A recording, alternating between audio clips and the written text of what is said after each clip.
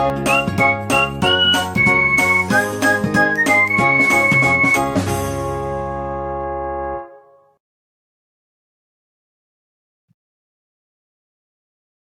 Everyone, welcome to my channel Medico Prime Education. तो आज से हम लोग एक नया चैप्टर स्टार्ट करने वाले हैं जिसका नाम है बॉडी फ्लूइड एंड सर्कुलेशन। जैसा कि आप लोग से वादा किया था, ठीक है, पूरा ह्यूमन फिजियोलॉजी कंप्लीट करेंगे और ऐसा बेहतरीन कंटेंट देंगे कि कहीं ना हो। ठीक है, तो सबसे पहले हम लोग बात कर लेते हैं इसमें कैसे चल रहा है हम लोग। ठीक है, 4-5 लेक्चर आएंगे इसके। ठीक है, अलग अलग टॉपिक यहाँ पे डिस्कस किए जाएंगे और इसका जिस तरह से मैं स्लाइड शेयर करूंगा उस तरह से आप लोग को नोट्स बनाते हुए चलना है। बट ये जो स्लाइड है वो एनसीईआरटी का स्लाइड है। ठीक है, यहाँ पर मैं ये जो स्लाइड दिख रहा है, यहाँ पर मैं ये जो स्लाइड दिख रहा है, ये एनसीईआरटी का स्लाइड दिख रहा है। ठीक है, तो इस तरह का अगर स्लाइड दिख जाए समझना एनसीईआरटी का, और अंदाजा लगा सकते हो यार इस तरह का लिखा हुआ है। तो इसको मैं शॉर्ट फॉर्म में इस तरह से लिखा हुआ रहता हूँ। ठीक है, ताकि एनसीईआरटी को पढ़ने में आसान हो जाए। इस तरह से शॉर्ट फॉर्म में सारा पॉइंट एक जगह। ठीक है, तो ये जो शॉर्ट फॉर्म लिखा हुआ रहता है ना, इस तरह से सारा पॉइंट एक जगह रहता है तो हमें पढ़ने में आसानी रहती है। ठीक है, रिवीजन करने में इस तरह से। ठीक है, अब ये ठीक है, इस तरह से जो स्लाइड मैंने बनाया और बेहतरीन बेहतरीन डिस्कशन होगा। ठीक है, एक एक चीज को कॉन्सेप्चुअल देखेंगे, फील करके समझेंगे। ठीक है, तो सबसे पहले आज के लेक्चर में हम लोग बात करने वाले हैं ब्लड एंड देयर कंपोजिशन के बारे में, फॉर्म्ड एलिमेंट आरबीसी, डब्ल्यूबीसी और प्लेटलेट्स के बारे में डिस्कस करेंगे। ठीक है, डब्ल्यूबीसी का टाइप डिस्कस करेंगे और फिर ब्लड कोआगुलेटिंग मैकेनिज्म डिस्कस करेंगे। बहुत सारा टॉपिक आज का क्लियर होने वाला है। और ब्लड कोआगुलेटिंग मैकेनिज्म के बाद जो ब्लड ग्रुपिंग का जो है एवीओ ब्लड ग्रुपिंग, ऑलरेडी मैं बहुत बेहतरीन वीडियो बना चुका हूं, उसका मैं वीडियो डिस्क्रिप्शन में डाल दूंगा। ठीक है, ये वहां से जाके देखना। और आरएच का कॉन्सेप्ट आज हम लोग पूरा समझेंगे कि RH positive AB positive blood group क्यों बोलते हैं, एबी नेगेटिव ब्लड ग्रुप क्यों बोलते हैं, किसी के नेगेटिव किसी का पॉजिटिव क्यों होता है, वो चीज आज हम लोग डिस्कस करेंगे। और लास्ट में एक छोटा सा टॉपिक हमारा बचेगा, टाइप ऑफ सर्कुलेटरी पाथवे। तो यहाँ से एक क्वेश्चन बनने की संभावना होती है। ठीक है, तो आज हम लोग वो चीज देख रहे हैं। ठीक है, सबसे पहले अगर हम लोग बात कर लेते हैं तो सबसे पहले अब हम बात करते हैं ब्लड के बारे में। ठीक है, तो यहाँ पर मैं अब अगर हम पढ़ते हैं जो बॉडी फ्लूइड, इस चैप्टर को हम लोग पढ़ते हैं तो वेस्कुलर कनेक्टिव टिश्यू अगर डिस्कस करते हैं, वेस्कुलर कनेक्टिव टिश्यू के बारे में अगर हम लोग डिस्कस करते हैं तो यहाँ पर में हम लोग दो चीज देखते हैं, या तो ब्लड को देखते हैं। ठीक है, या तो ब्लड को देखते हैं या फिर दूसरा लिम्फ को देखते हैं। ठीक है, दो चीज यहाँ पर में हमें देखने को मिलता है। एक मिनट कलर चेंज कर लेता हूँ। ठीक है, कलर चेंज कर लिया ताकि आसानी से विजिबल हो। ठीक है, देखो ब्लड में क्या होता है, मैट्रिक्स होता है। ठीक है, ब्लड एक मैट्रिक्स है जिसमें कि ये क्या होता है, फ्री फ्रॉम फाइबर्स, ये फाइबर से फ्री होता है, फ्री फ्रॉम फाइबर्स। ठीक है, ये मैं थोड़ा सा राइटिंग थोड़ा सा यहाँ पे सही नहीं हो रहा है, बट तुम लोग जिस तरह से लिख रहा हो वैसे अगर लिख सकते हो। मैं चैप्टर का ओवरव्यू दे रहा हूँ। ठीक है, दूसरा है ये लिक्विड होता है। ठीक है, और इसका सिंथेसिस का साइट का होता है, site of synthesis, site of synthesis, site इसका कहाँ होता है सिंथेसिस का, रेड बोन मैरो में, आरबीएम। ठीक है, तो रेड बोन मैरो में। तो ये पूरा तरह का डिस्कशन हो गया। हम लोग ब्लड के बारे में देखेंगे, लिम्फ के बारे में देखेंगे। ठीक है, तो सबसे पहले हम लोग डिस्कस कर लेते हैं ब्लड के बारे में। क्या चीज हो गया, ब्लड हो गया यहाँ पर में। तो ब्लड एक फ्लूइड कनेक्टिव टिश्यू है। ठीक है, कनेक्टिव टिश्यू का एक टाइप है जो फ्लूइड कनेक्टिव टिश्यू है। और इसका जो ऑरिजिन होता है, ऑरिजिन क्या होता है इसका, ऑरिजिन इसका मीजोडर्मल ऑरिजिन होता है। ठीक है, इसका ऑरिजिन मीजोडर्मल होता है। आई बात समझ में। और जब ब्लड का स्टडी करते हैं, इस स्टडी को बोलते हैं हिमेटोलॉजी। क्या बोलते हैं, HEA, हिमेटोलॉजी। ठीक है, बॉडी के ब्लड के स्टडी को क्या बोलते हैं, हिमेटोलॉजी बोलते हैं। आई बात समझ में। अब इसका कंटेंट जो वॉल्यूम होता है, ब्लड वॉल्यूम का बात करते हैं तो ब्लड वॉल्यूम इसका जो मेल में देखने के मिलता है, मेल में हमें देखने के लिए मिलता है अप्रोक्स 5 लीटर देखने को मिलता है। और फीमेल में अप्रोक्स कितना देखने के लिए मिलता है, फीमेल में अप्रोक्स 4.5 लीटर यहाँ पर में देखने को मिलता है। ठीक है, आई बात समझ में।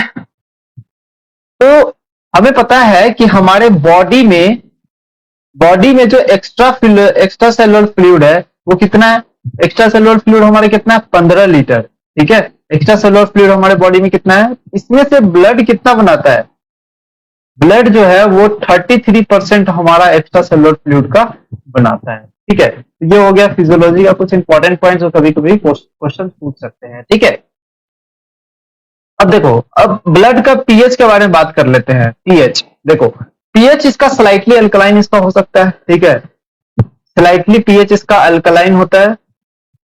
आई बात समझ में? जब स्लाइटली अल्कलाइन बोल देते हैं तो हम लोग पीएच, अगर मान लो वेन की बात करते हैं तो वेन में इसका पीएच कितना होता है? वेन में इसका पीएच होता है 7.2। ठीक है, और यहीं पर में आर्टरी में कितना होता है? आर्टरी में 7.4 होता है। ठीक है, आर्टरी में कितना होता है? 7.2। क्योंकि तुम्हें बताओ कि वेन में क्या प्रेजेंट होता है? वेन में मोस्टली CO2 का कंसंट्रेशन क्या होता है? ज्यादा होता है। ठीक है, CO2 का कंसंट्रेशन ज्यादा होता है और H प्लस का कंसंट्रेशन भी यहां पर में ज्यादा होता है ना? बात समझ में आई बात? और यहां पर में CO2 का कंसंट्रेशन यहां पर में कम होता है और H प्लस का कंसंट्रेशन यहां पर में कम देखने को मिलता है। जब H प्लस का कंसंट्रेशन कम तो पीएच क्या होगा? ज्यादा। H प्लस का कंसंट्रेशन कम मतलब पीएच कम, सॉरी H प्लस का कंसंट्रेशन ज्यादा तो पीएच कम। ठीक है, तो ये एक जनरल सी बात थी जो कि ब्लड के बारे में हमें जानना था। ठीक है, अब हम लोग चलते हैं हमारे जो एनसीईआरटी है। एनसीईआरटी क्या बोलता है? एनसीईआरटी इस पैराग्राफ में यही डिस्कस किया है कि हमारा जो ग्रुप ऑफ ऑर्गेनिज्म है वो अलग अलग ट्रांसपोर्ट मैकेनिज्म को इवॉल्व करता है। ठीक है, अलग अलग ऑर्गेनिज्म, जैसे कि सिंपल ऑर्गेनिज्म किस तरह के? सिंपल ऑर्गेनिज्म जैसे कि सिलेंड्रेट, स्पॉन्जेज, ये circulate water from their surrounding body cavity से अपना वाटर ये सर्कुलेशन करते हैं। ठीक है, facilitate the exchange of the gases, जिसके कारण एक्सचेंज ऑफ द गैसेज हो पाता है। ठीक है, अब जो कॉम्प्लेक्स ऑर्गेनिज्म होते हैं, ठीक है, वो कॉम्प्लेक्स ऑर्गेनिज्म क्या करते हैं? स्पेशल फ्लूइड यूज करते हैं। स्पेशल फ्लूइड हम लोग यहाँ पर में क्या बोलते हैं? ब्लड।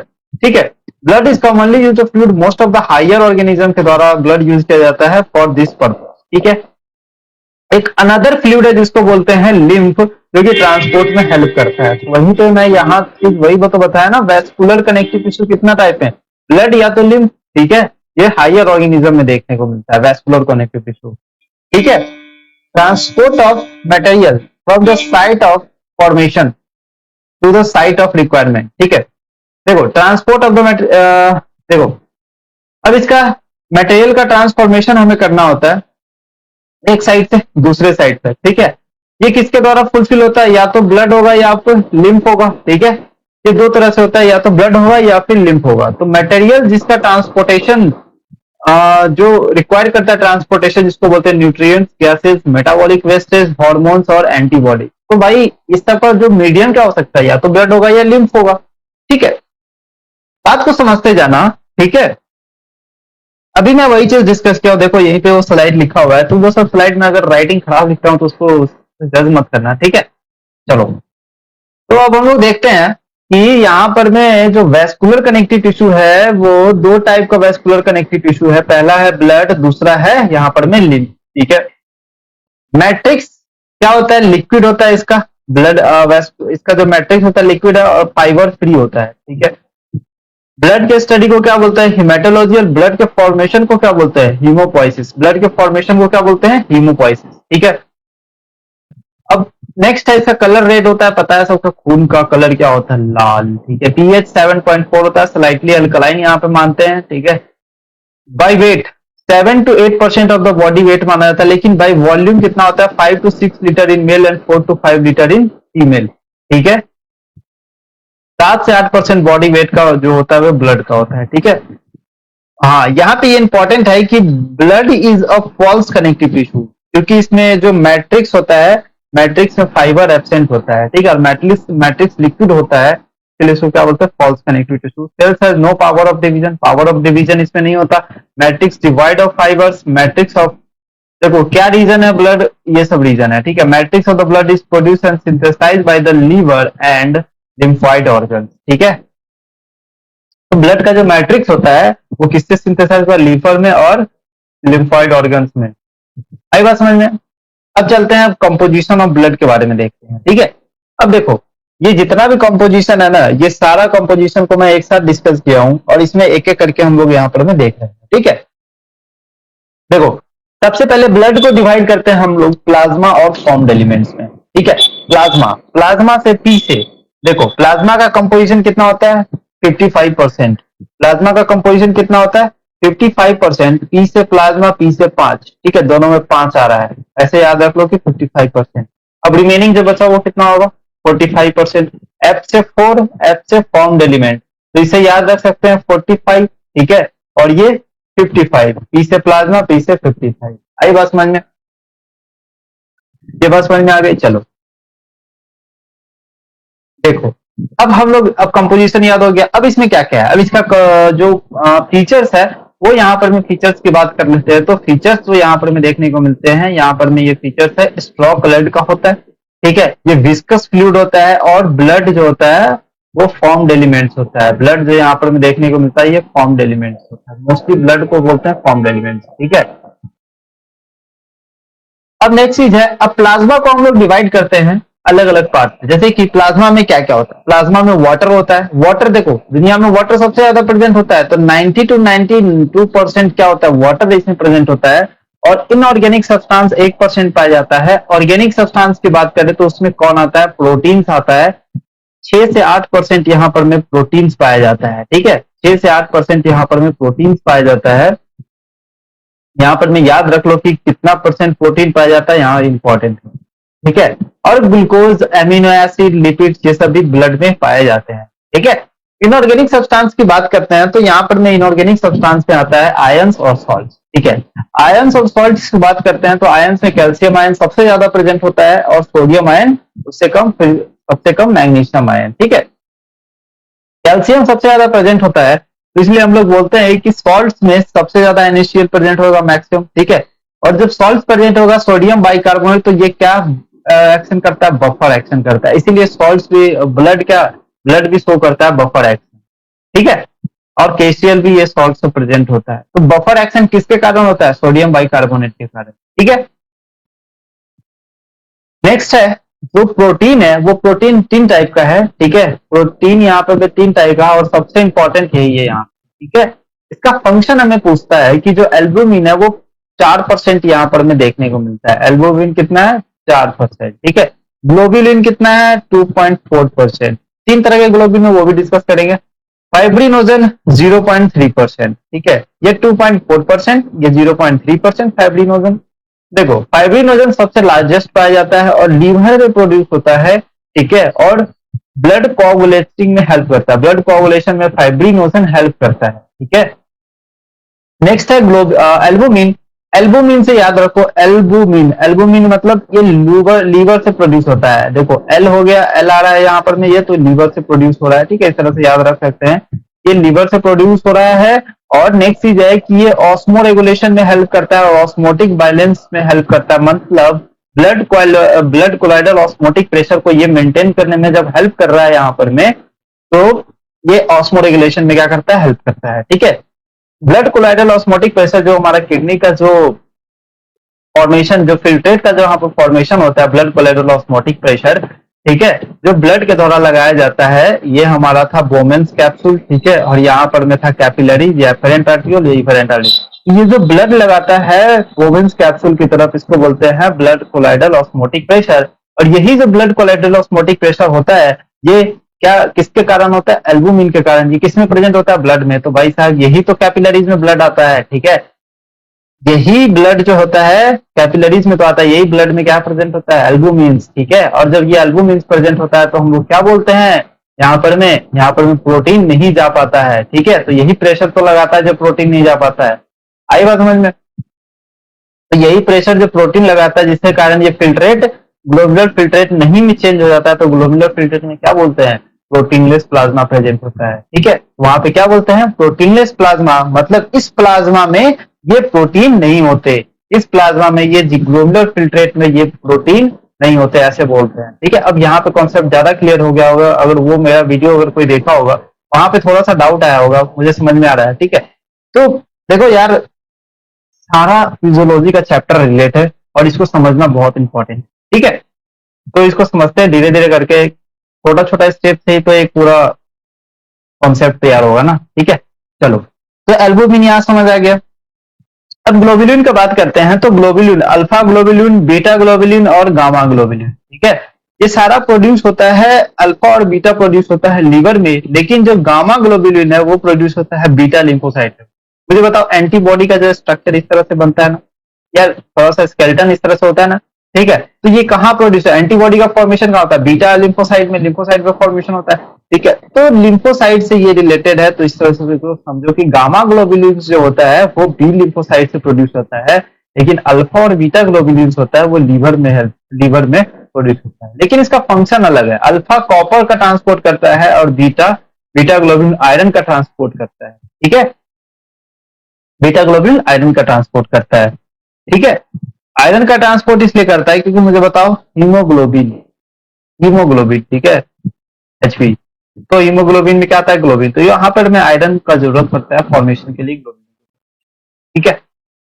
ये सारा बात हो गया हमारा प्लाज्मा के बारे में, ठीक है। अब हम लोग नेक्स्ट डिस्कस करेंगे फॉर्म्ड एलिमेंट्स के बारे में, जो कितने टाइप का होता है, एरिथ्रोसाइट्स, ल्यूकोसाइट्स और थ्रोम्बोसाइट, ठीक है। अब इसके बारे में डिस्कस भी, डिजीज भी डिस्कस करने वाले हैं और उस डिजीज का डायग्राम भी अच्छी तरह से दिखाएंगे, हर चीज, ठीक है। एक एक कॉन्सेप्ट और विथ क्लियरिटी, विजुअलिटी के साथ हम लोग देखने वाले हैं, ठीक है। चलो अब देखो, अब एक चीज है जो तीन चार इंपॉर्टेंट पॉइंट यहाँ पर में कि जो रेशियो प्रेजेंट होता है वो एल्बुमिन और ग्लोबुलिन का 2.1%, 2:1 रेशियो में प्रेजेंट होता है, ठीक है।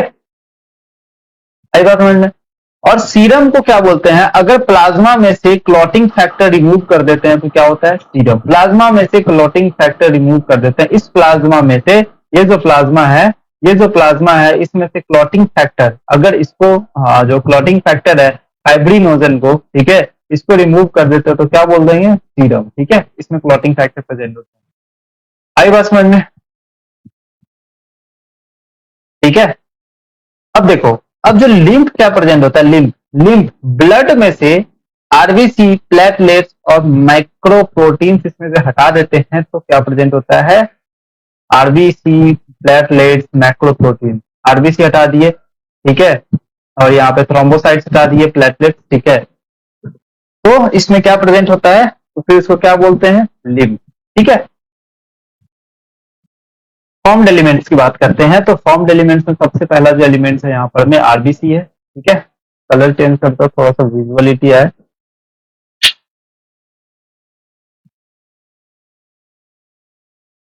ठीक है। आरबीसी, आरबीसी की बात करते हैं। इरिथ्रोसाइट्स, इरिथ्रोसाइट्स, देखो इरिथ्रोसाइट्स के बारे में कुछ एक पॉइंट है, ये ग्लाइकोलाइसिस में हेल्प करता है लेकिन क्रेब साइकिल में हेल्प नहीं करता, क्योंकि क्रेब साइकिल ऑक्सीडेटिव प्रोसेस है, तो ये ग्लाइकोलाइसिस में ही हेल्प करेगा। ये एनरोबिक प्रोसेस है और ये एनरोबिक प्रोसेस में हेल्प, ठीक है। क्रेब साइकिल हमेशा एनरोबिक प्रोसेस, एरोबिक प्रोसेस होता है जो ऑक्सीजन रिक्वायर करता है, इसमें ऑक्सीजन नहीं, ठीक है। ये चीज है। यहाँ पर में ये मोस्ट एविडेंट पाया जाता है, 5 से 5.5 मिलियन पर एमएम क्यूब प्रेजेंट होता है, ठीक है। इसका शेप किस तरह से होता है, इसका शेप अगर काट करके देखते हैं तो इस तरह से बाई कॉनकेव शेप पाया जाता है, ठीक है। By concave, by concave lens पता है ना कैसा होता है, ऐसा लेंस होता है इस तरह से, तो भाई यही तो शेप है, पर ये बाई कॉन्वेक्स है। बाई कॉनकेव लेंस इस तरह से होता है, ठीक है। तो ये इस तरह से प्रेजेंट होता है, ठीक है। ये हो गया आरबीसी का शेप। जब हम आरबीसी को ऐसे कट करके देखते हैं ना तो शेप इस तरह से दिखता है। न्यूक्लियस, साइटोप्लाज्मिक ऑर्गेनल्स इसमें एब्सेंट पाए जाते हैं, ठीक है। आरबीसी का फॉर्मेशन अगर इम्ब्रायो में देखते हैं तो यॉर्क सेक में फॉर्मेशन होता है, ठीक है। फिर उसके बाद यॉर्क सेक से लीवर और स्प्लीन में फॉर्मेशन देखने को मिलता है, ठीक है। उसके बाद अगर हम बात करते हैं एडल्ट में, तो एडल्ट में रेड बोन मैरो में इसका फॉर्मेशन आरबीसी को देखने को मिलता है, ठीक है। ये हेमोग्लोबिन कंटेन करता है और गैस ट्रांसपोर्ट में भी हेल्प करता है। इसका लाइफ स्पेन 120 डेज होता है। ये सारा इंपॉर्टेंट पॉइंट है जो कि मैं समराइज फॉर्म में यहाँ पे मैं लिखता हूँ, ठीक है। और आगे हम लोग अभी डिस्कस करने वाले हैं ये सब सारा चीज, ठीक है। अभी पहले जो जनरल सी बात है वो डिस्कस कर लेते हैं। अब इसका डिस्ट्रॉय कहा जाता है, स्प्लीन में, इसीलिए स्प्लीन को क्या बोलते हैं, graveyard of RBC. Graveyard मतलब जहाँ पे सबको दफनाते हैं, ठीक है, जहाँ पे लाश को दफनाते हैं उसको बोलते हैं ग्रेव यार्ड। तो यहाँ पर में बोलते हैं कि आरबीसी मर जाता है वहां पर में, ठीक है, डिस्ट्रॉय हो जाता है। इसीलिए स्प्लीन को क्या बोलते हैं, blood bank of the body, क्योंकि इसमें मोस्टली ब्लड सबसे ज्यादा प्रेजेंट होता है, आरबीसी, ठीक है। इसके प्लाज्मा मेम्ब्रेन को क्या बोलते हैं, इसके प्लाज्मा मेम्ब्रेन को बोलते हैं, इसके प्लाज्मा मेम्ब्रेन को बोलते हैं डोनन्स मेम्ब्रेन, ठीक है, डोनन्स मेम्ब्रेन। नेक्स्ट है ल्यूकोसाइटोसिस। ल्यूकोसाइटोसिस को क्या बोलते हैं, डब्ल्यूबीसी, व्हाइट ब्लड सेल्स, ठीक है। व्हाइट ब्लड सेल्स ये सबसे कम नंबर में प्रेजेंट होता है और 6000 से 8000 mm पर क्यूब होता है, ये नॉर्मल है। ठीक है, इससे कम होगा या ज्यादा होगा तो हमें कुछ डिजीज, कुछ एबनॉर्मेलिटीज देखने को मिलती है। इसमें न्यूक्लियस इसमें प्रेजेंट होता है और कलरलेस होता है क्योंकि इसमें हीमोग्लोबिन एब्सेंट होता है जो कि इसको कलर देने में हेल्प करता था। हीमोग्लोबिन, ये हीमोग्लोबिन इसमें एब्सेंट होता है। और लाइफ स्पेन क्या होता है यहाँ पर हमें शॉर्ट देखने को मिलता है। ठीक है, शॉर्ट लाइफ होता है। फॉर्मेशन इसका कहाँ होता है? डब्ल्यूबीसी का फॉर्मेशन येलो बोन मैरो में होता है, लेकिन इसका जो फॉर्मेशन होता है ये रेड बोन मैरो में होता है। ठीक है, आरबीसी का फॉर्मेशन। ल्यूकोसाइटोसिस, देखो ल्यूकोसाइटोसिस अगर डब्ल्यूबीसी का काउंट अगर बढ़ जाता है तो ल्यूकोसाइटोसिस हो जाता है ब्लड में इंफेक्शन के कारण। अब ज्यादा इंफेक्शन होगा तो वहां पर में डब्ल्यूबीसी हेल्प करता है। ठीक है, कितने तरह के डब्ल्यूबीसी होते हैं वो आगे डिस्कस करेंगे जो इंफेक्शन में हेल्प करते हैं। दो तरह के होते हैं, ग्रेनुलोसाइट्स और ए ग्रेनुलोस, के बारे में आगे डिस्कस करते हैं। सबसे पहले यहाँ पर मैं डिस्कस करते हैं प्लेटलेट्स के बारे में। ठीक है, देखो प्लेटलेट्स को बोलते हैं थ्रोम्बोसाइट्स। ठीक है, थ्रोम्बोसाइट्स। अगर प्लेटलेट्स का काउंट अगर लो हो गया मतलब पीनिया, लो प्लेटलेट्स, थ्रोम्बोसाइटोपिनिया, क्या बोलते हैं इसको? थ्रोम्बोसाइटोपिनिया। ठीक है, इसमें प्लेटलेट्स काउंट डिक्रीज हो जाता है और क्लॉटिंग डिसऑर्डर्स यहाँ पे देखने को मिलता है जब कभी भी प्लेटलेट्स काउंट डिक्रीज हो जाता है और excess loss of the blood यहाँ पर हमें देखने को मिलता है। ठीक है, ये अब प्लेटलेट्स का फॉर्मेशन क्या होता है? ये कोआगुलेशन में हेल्प करता है और क्लॉटिंग ऑफ द ब्लड में हेल्प करता है। और फॉर्मेशन इसका क्या होता है? By the fragments of megakaryocytes of bone marrow में। ठीक है, मेगाकैरियोसाइट्स के फॉर्मेशन से यह बनता है। अब इसका डिटेल फॉर्मेशन किस तरह से होता है ये हायर क्लासेस में पढ़ना होता है। ठीक है, एमबीबीएस का जो लेक्चर होता है उसमें। चलो, ये शेप इसका क्या होता है? राउंड होता है, ओवल और डिस्क लाइक शेप इसको देखने को मिलता है। ठीक है, लाइफ स्पान एक वीक का होता है और यहाँ पर एक वीक का होता है, तो इसका फॉर्मेशन बहुत फास्ट होता है। और न्यूक्लियस इसमें एब्सेंट होता है, नॉन न्यूक्लियर होता है, साइज 2 माइक्रोमीटर, कलरलेस होता है। ठीक है, और इसका नंबर क्या होता है? 1,50,000 से 3,50,000 नंबर इंपॉर्टेंट है। ठीक है, सबका नंबर इंपॉर्टेंट है, लाइफ स्पैन इंपॉर्टेंट है। और अब देखो इससे रिलेटेड कुछ क्वेश्चन अगर पूछ सकता है ना, कि देखो डायरेक्ट तो क्वेश्चन सब नीट में आने से नहीं रहा। ठीक है, जहां तक मुझे लगता है कि अब जो लेवल हो रहा है वो एम्स लेवल टाइप का जो पैटर्न हो रहा है। ठीक है, तो हमें अप्रोच उस तरह से करना होगा। एम्स का जो पेपर होता है वो एसेसर रीजन होता है। ठीक है, इसके बारे में वीडियो में निकालने वाला हूँ कि क्या है। ठीक है, आगे क्या होने वाला है। तो यार देखो एक तरह का जो, चलो उसके बारे में हम लोग बाद में डिस्कस करेंगे, बट अभी के लिए स्टैंडर्ड पढ़ो। ठीक है, कॉन्सेप्चुअल पढ़ो। ठीक है, वो चीज सही रहेगा। स्टैंडर्ड और कॉन्सेप्चुअल पढ़ोगे तो वो चीज सही रहेगा। ठीक है, क्योंकि अब रटने वाला काम अब होने वाला नहीं है। ठीक है, अब यहाँ पे कॉन्सेप्चुअल का मतलब क्या होता है, जब ये टॉपिक पढ़ रहे हैं तो यहाँ पे कॉन्सेप्चुअल का मतलब क्या हो रहा है। ठीक है, यही चीज तो मैं बताया हूँ। देखो आरबीसी में क्या होता है? आरबीसी में साइटोप्लाज्मिक ऑर्गेनल सब्सटेंट हो गया, चलो बोल तो दिया साइटोप्लाज्मिक ऑर्गेनल एब्सेंट हुआ। लेकिन अगर यही क्वेश्चन पूछ दे कि साइटोप्लाज्मिक ग्रेनुअल साइटोप्लाज्मिक ऑर्गेनल अगर एब्सेंट है, वहां पर हम पूछ सकता है क्रेब्स साइकिल में क्या होता है। ठीक है, या फिर बोल दिया कि क्रेब्स साइकिल में अगर एटीपी का फॉर्मेशन कितना होता है भाई आरबीसी। ठीक है, ये सब क्वेश्चन पूछ सकता है। ये सब क्वेश्चन थोड़ी एनसीईआरटी में दिया हुआ है भाई कि हाँ इतना एटीपी फॉर्मेशन हो रहा है। ठीक है, तो रटने वाला बात नहीं यहाँ पे आने वाला है कभी भी। ठीक है, अब हम लोग डिस्कस करते हैं। देखो जैसे कि मैंने बताया कि ये बीच में जो लेयर प्रेजेंट है इसको क्या बोलते हैं? हीमोग्लोबिन जो प्रेजेंट है। ठीक है, ये जो लेयर इसको बोलते हैं आरबीसी के, उसको ऊपर से देख रहे हैं। ठीक है, अब ये जो मेम्ब्रेन है इसको क्या बोलते हैं? डोनम्स मेम्ब्रेन। ये आरबीसी का शेप देखो बाइकॉनकेव टाइप का शेप दिख रहा है। ठीक है, जब कभी भी शेप पे चेंज हो जाता है, आरबीसी के शेप में चेंज हो जाता है, उसको बोलते हैं वाइकिलोसाइटोसिस। ठीक है, कैसे शेप में चेंज हो जाता है? तीन जो फंक्शन होता है वो इस तरह से देखो। जैसे कि अगर हम लोग सॉल्यूशन तैयार करते हैं, तीन तरह का सॉल्यूशन जिसको बोलते हैं हाइपरटोनिक, हाइपोटोनिक और आइसोटोनिक। ठीक है, आइसोटोनिक में तो कोई इफेक्ट नहीं देखने को मिलता है, वाटर अंदर जाता है, वाटर बाहर आता है। ठीक है, हाइपोटोनिक में क्या होता है? हाइपोटोनिक सॉल्यूशन में क्या होता है? देखो हाइपोटोनिक सॉल्यूशन लिए, यहां पर मैं आरबीसी इसको रख दिए। ठीक है, अब आरबीसी में क्या होगा कि हाइपोटोनिक सॉल्यूशन में क्या होता है कि जो वाटर है वो कहा जाता है, वाटर इंटर कर जाता है यहाँ पर में, आरबीसी में इंटर कर जाता है वाटर। ठीक है, हाइपोटोनिक सॉल्यूशन में। हाइपोटोनिक सॉल्यूशन की बात करते हैं तो बाहर में सॉल्यूट क्या होता है? हाइपोटोनिक में बाहर में सॉल्यूट कम होता है हाइपोटोनिक में। ठीक है, और यहाँ पर में सॉल्यूट ज्यादा होता है अंदर में, तो ये ज्यादा से कम सॉल्यूट की तरफ ये मूव करता है। ठीक है, इसी तरह से यहाँ पर में सॉल्यूट क्या होता है आरबीसी में, तो यहाँ पर में वाटर क्या हो जाता है बाहर निकल जाता है, जिसके कारण यहाँ पे श्रिंकेज ऑफ आरबीसी देखने को मिलता है। और हाइपोटोनिक में वाटर अंदर जाता है तो ये ब्रस्ट कर जाता है, ठीक है।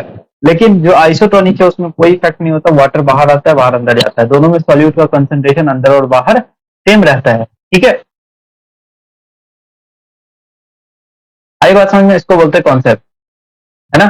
चलो, process of formation of RBC को एरिथ्रोपोइसिस बोलते हैं। हॉर्मोन्स जो कि स्टिमुलेट करते हैं एरिथ्रोपोइसिस को, उसको क्या बोलते हैं एरिथ्रोपोइटिन। हार्मोन वाले चैप्टर में एक्स्ट्रा जो हार्मोन जो बताया था उसमें क्या बताया था एरिथ्रोपोइटिन, ठीक है।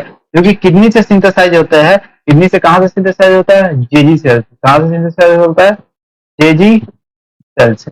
आई बात समझ में। फर्स्ट आरबीसी प्रोड्यूस कहां होता है यॉर्क सैक में। During embryo life RBC produce in the yolk sac, liver, spleen, placenta, thymus इस सब में प्रेजेंट है। ये इंपॉर्टेंट, ठीक है। अगर एनसीईआरटी से बाहर क्वेश्चन आता है तो यही आता है, ठीक है, ऐसी तरह का। RBC produced in the red bone marrow and get collected in between the trabeculae of spongy bone. Spongy bones के ट्रेबिकुली में कनेक्ट हो जाता है, ठीक है। देखो ये आरबीसी है और ये इस तरह से प्लेटलेट्स, यहाँ पर मैं प्लेटलेट्स का स्ट्रक्चर देख लो किस तरह से, ठीक है। अब नेक्स्ट है डब्ल्यूबीसी की बात करते हैं, ठीक है। डब्ल्यूबीसी की बात करते हैं।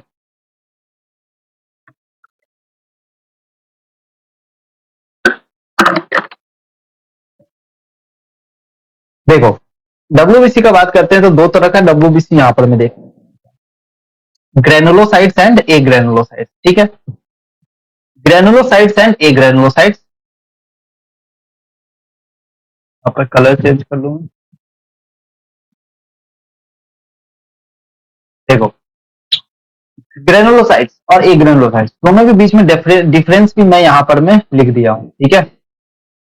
दोनों के बीच में यहाँ पर मैं डिफरेंस लिख दिया हूँ कि यहाँ पे ग्रेनुलोसाइट से नाम से पता चलता है कि भाई ग्रेनुअल्स प्रेजेंट है यहाँ पर में, ठीक है। देखो यहाँ पे ग्रेनुअल्स प्रेजेंट है, यहाँ पे ग्रेनुअल्स प्रेजेंट है, यहाँ पे ग्रेनुअल्स प्रेजेंट है। एक ग्रेनुलोसाइट में साइटोप्लाज्मिक ग्रेनुअल्स क्या होगा यहाँ पर में एब्सेंट होता है, ठीक है। साइटोप्लाज्मिक ग्रेनुअल्स यहाँ पर में एब्सेंट होता है। और नेक्स्ट पॉइंट है कि ये मल्टी लोब न्यूक्लियस इसमें प्रेजेंट होता है और इसमें न्यूक्लियस में कोई तरह का लोब प्रेजेंट होता है या फिर थोड़ा सा लोब प्रेजेंट, ठीक है। या नॉन लोबुलर किसी तरह का न्यूक्लियस में लोब नहीं होता, या मोनो न्यूक्लियर इसमें एक न्यूक्लियस होता है, ठीक है। इसमें पॉली न्यूक्लियर देखने को मिल सकता है, पॉलीमॉर्फो न्यूक्लियर, ठीक है, पीएमएनएल। जैसे कि एग्जांपल क्या है पॉलीमॉर्फो न्यूक्लियर ल्यूकोसाइट्स यहाँ पर में देखने को मिलता है, ठीक है। ये बोन मैरो में प्रोड्यूस होता है, ये बोन मैरो में और लिम्फॉइड में प्रोड्यूस होता है, ठीक है। तो सबसे पहला है यहाँ पर में एसिडोफिल्स जिसको बोलते हैं ईसनोफिल्स। क्या बोलते हैं ईसनोफिल्स। दूसरा है वेसोफिल्स, तीसरा है न्यूट्रोफिल्स, ठीक है। अब देखो अब इसका मेन बात है ये पूछता क्या है इसमें से पता है, ये जो बच्चा को नहीं आता है, ठीक है, लेकिन तुम्हें आने वाला कैसे, इसको याद करने का ट्रिक है। इसका अमाउंट कितना प्रेजेंट होता है, ठीक है, नंबर वो याद करने का ट्रिक है। क्या याद करेंगे एनएलएम, ठीक है, एनएलएम आता है भाई, ठीक है, एनएलएम आता है भाई। इसको कैसे करेंगे, जगह है क्या इधर, यहां पर मैं बता रहा हूं एनएलएम आता है भाई, ठीक है। कैसे इसको करना है देखो, एन से क्या हो जाएगा, एन से क्या हो जाएगा न्यूट्रोफिल्स, एन से क्या हो जाएगा न्यूट्रोफिल्स, ठीक है। एल से क्या हो जाएगा ल्यूकोसाइट, लिम्फोसाइट, ठीक है। एल से क्या हो जाएगा देखो सबसे ज्यादा कौन है 60 to 65% है, ठीक है। लिम्फोसाइट 20 to 25% है, ये 60 to 65% है, ये याद रखो। लिम्फोसाइट्स, ठीक है, लिम्फोसाइट्स है 20 to 25%, ठीक है, लिम्फोसाइट्स हो गया। मोनोसाइट्स हो गया यहाँ पर भी 6 to 8%, ठीक है। एम से क्या हो जाएगा मोनोसाइट्स, ठीक है, ये कितना हो गया 6 से 8%। ए से क्या हो जाएगा आता है मतलब एसिडोफिल्स, क्या हो जाएगा यहाँ पर में एसिडोफिल्स, ठीक है, क्या हो जाएगा एसिडोफिल्स या इओसिनोफिल्स, ठीक है, इओसिनोफिल्स बोलते हैं, ठीक है। ये कितना हो जाएगा 2 से 3%, ठीक है। एनएलएम आता है भाई। अब हो गया नेक्स्ट इज बेसोफिल्स, है को काट दो, बी से हो जाएगा बेसोफिल्स, ठीक है। बेसोफिल्स सबसे कम होता है और सबसे कम कितना होता है 0.5% से 1% तक, ठीक है। देखो यहाँ पर मैं एक तरह का ओवरव्यू बनता हुआ दिख रहा है कि जब एनएलएम आता है भाई तो हमें जो कितना अमाउंट में प्रेजेंट होता है वो भी हमें ओवरव्यू समझ में आ जाता है, ठीक है। जब हम लोग न्यूट्रोफिल्स की बात करते हैं तो 60 to 65% मैक्सिमम जिसमें होगा, ठीक है, और मिनिमम कितना होता है 0.5 0.1%। अब इस दोनों का रेंज में देखो, लिम्फोसाइट्स मोनोसाइट्स, लिम्फोसाइट सबसे ज्यादा होता है 20 से 25%, मोनोसाइट 6 to 8%। अब डायरेक्ट ऐसे रटोगे तो याद नहीं होने वाला, डायरेक्ट इसको बनाना मोनोसाइट 6%, मोनोसाइट ऐसे नहीं याद होने वाला, ठीक है, ऐसे याद होने वाला है। इस तरह को इस कॉपी में लिख लो, याद हो जाएगा, ठीक है। चलो अब देखो, अब इसका लोब बेस्ड कुछ तरीका है जिससे हम लोग याद कर सकते हैं। सबसे पहले समझते हैं कि ये जो एसिडोफिल्स होता है, ये एसिडोफिल्स बाई लोब्ड होता है, ठीक है। देखो जो 2% है ना ये एसिडोफिल्स है, ठीक है, ये 2% है एसिडोफिल्स है। एसिडोफिल्स में क्या होता है इयोसिनोफिल्स, ठीक है। इयोसिनोफिल्स देखो जिसका दो नाम है उसका दो लोब, जिसका दो नाम है उसका दो लोब। किसका दो नाम है इयोसिनोफिल्स का, ठीक है, इयोसिनोफिल्स का, और एसिडोफिल्स का दो नाम है तो इसका दो नाम, ठीक है।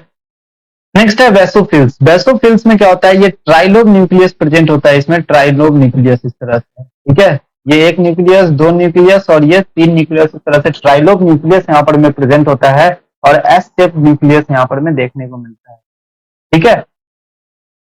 और न्यूट्रोफिल देखो जिसका जो सबसे ज्यादा होता है उसका लोब सबसे ज्यादा होता है, जो सबसे ज्यादा इसका लोब भी सबसे ज्यादा, ठीक है, जो सबसे ज्यादा उसका लोब भी सबसे ज्यादा। तो न्यूट्रोफिल्स का लोब कितना होता है मल्टी लेवलर, 3 से 5 लोब प्रेजेंट होता है, मैक्सिमम होता है, और न्यूट्रोफिल्स पूरे सेल्स में मैक्सिमम भी पाए जाते हैं, ठीक है। नेक्स्ट है इसका फंक्शन। इसका फंक्शन क्या होता है फैगोसाइटिक नेचर का होता है, ठीक है। इसका फंक्शन क्या होता है फैगोसाइटिक नेचर का होता है, और micro policeman of the blood बोला जाता है इसको। मोनोसाइट थोड़ा सा बड़ा होता है, और ठीक है, मोनोसाइट से अगर बड़ा होता है तो इसका जो किडनी शेप न्यूक्लियस प्रेजेंट होता है, कितना किडनी शेप न्यूक्लियस, ठीक है, और लिम्फोसाइट्स में राउंड न्यूक्लियस प्रेजेंट होता है। आई बात समझ में, ये राउंड न्यूक्लियस इस तरह से प्रेजेंट में देखने को मिलता है, ठीक है। और सबसे स्मॉलेस्ट साइज होता है और सबसे लार्जेस्ट साइज किसका होता है मोनोसाइट्स का, ठीक है। मैक्सिमम नंबर में कौन प्रेजेंट होता है न्यूट्रोफिल्स। सबसे लार्जेस्ट साइज किसका होता है मोनोसाइट्स का। सबसे स्मॉलेस्ट कौन होता है, सबसे स्मॉलेस्ट लिम्फोसाइट्स होता है, ठीक है। फंक्शन क्या है micro policeman of the blood. इसका फंक्शन मोनोसाइट्स का जो फंक्शन होता है वो स्कैवेंजर ऑफ द सेल्स बोला जाता है। क्या बोलते हैं स्कैवेंजर्स ऑफ द सेल, ठीक है। मोनोसाइट्स का फंक्शन क्या था sorry scavenger of the blood because they engulf the dead blood cells. ये क्या करता है ब्लड जो डेड ब्लड सेल्स होता है वो इसको क्या करता है वो इनगल्फ कर लेता है, ठीक है। उसको क्या करता है ये इनगल्फ कर लेता है, ठीक है। बस ये उसको इनगल्फ कर लेता है। फैगोसाइटिक नेचर है, ठीक है। तो दोनों का जो नेचर है वो फैगोसाइटिक नेचर है, ठीक है। तो फैगोसाइटिक नेचर किसका होता है लास्ट में अगर ऐसे लिख सकते हो फैगोसाइटिक, ठीक है, नोट करके लिख लेना कि फैगोसाइटिक नेचर किसका होता है न्यूट्रोफिल्स का, और ठीक है न्यूट्रोफिल्स और मोनोसाइट, ठीक है। अब चलते हैं एसिडोफिल्स। हाँ एक चीज और, जो लिम्फोसाइट होता है वो इम्यून रिस्पॉन्स के लिए रिस्पॉन्सिबल होता है, इम्यून रिस्पॉन्सिबिलिटी लेता है। दो तरह का होता है बी लिम्फोसाइट्स और टी लिम्फोसाइट्स। ये हम लोग ह्यूमन हेल्थ एंड डिजीज में आगे देखेंगे इसको, ठीक है। अभी के लिए डिस्कस करते हैं जो इस चैप्टर में इंपॉर्टेंट है उसको बोलते हैं एसिडोफिल्स। एसिडोफिल्स का फंक्शन यहाँ पे बहुत इंपॉर्टेंट है, ठीक है। ये एंटी पैरासिटिक होता है। ये क्या रिलीज करता है लाइसोसोम का लाइसोसोम रिलीज करता है जो कि एंटी पैरासिटिक होता है। जितना पैरासाइट होता है उसको ये खा जाता है, ठीक है, मार देता है। एंटी एलर्जिक होता है, ये रिलीज करता है हिस्टामिनेज एंजाइम, ठीक है। एसोसिएटेड विद एलर्जी रिएक्शन, ठीक है। ये यहाँ पर में इंपॉर्टेंट है कि एलर्जिक रिएक्शन किससे एसोसिएटेड है, ए से एसिडोफिल, ए से एलर्जी, ठीक है। रेसिस्टेंट इन्फेक्शन, इन्फेक्शन से लड़ने में ये हेल्प करता है, ठीक है। लेकिन वहीं पर मैं बात करें कि वैसोडाइलेशन वैसोकॉन्स्ट्रिक्शन एंटी कोआगुलेंट में कौन हेल्प करता है, ये किस तरह का सिक्रीशन करता है वैसोडाइलेटर सिक्रीशन करता है, एंटी वैसोकॉन्स्ट्रिक्टर होता है, एंटी कोआगुलेंट सिक्रीशन करता है, ठीक है। मतलब ये क्या करता है हेपेरिन जो है इंफ्लामेटरी रिएक्शन में क्या करता है हेल्प करता है, इन्फ्लामेशन कहीं पे हो जाता है तो ये बेसोफिल्स का फंक्शन होता है, ठीक है। तो बेसोफिल का क्या फंक्शन है involve in the inflammatory reactions heparin anticoagulant होता है, सेरोटोनिन रिलीज करता है जिसका फंक्शन क्या होता है, वैसोकॉन्स्ट्रिक्टर होता है, हिस्टामिन रिलीज करता है, वैसोफिल्स रिलीज करता है, हिस्टामिन जो वैसोडायलेटर होता है, ठीक है, मिनिमम नंबर में होता है, ठीक है। एनएलएम आता है भाई, ये क्या पता चलता है, ये मिनिमम नंबर में होता है, ठीक है। तो ये हो गया, और डब्ल्यूबीसी का जितना भी टाइप है और ये याद करने का जो मैं ट्रिक है, कुछ कुछ छोटा छोटा पॉइंट जो मैं बता दिया हूँ, जो कि कभी नहीं भूलोगे, ठीक है। देखो ये स्ट्रक्चर दिया हुआ है, ये मैंने डाउनलोड करके लगाया है, ठीक है। लेकिन ये जो स्ट्रक्चर है ना, ये भौकाल स्ट्रक्चर है, भूत है ये, भूत, ठीक है, ये भूत है। सॉरी, हिंदी अच्छा नहीं है, इंग्लिश में लिख देता हूँ, भूत है ये, ठीक है। क्यों भूत है? क्योंकि इसका जो स्ट्रक्चर एग्जाम में आता है ना, पता ही नहीं चलता, सब एक ही जैसा लगता है, ठीक है।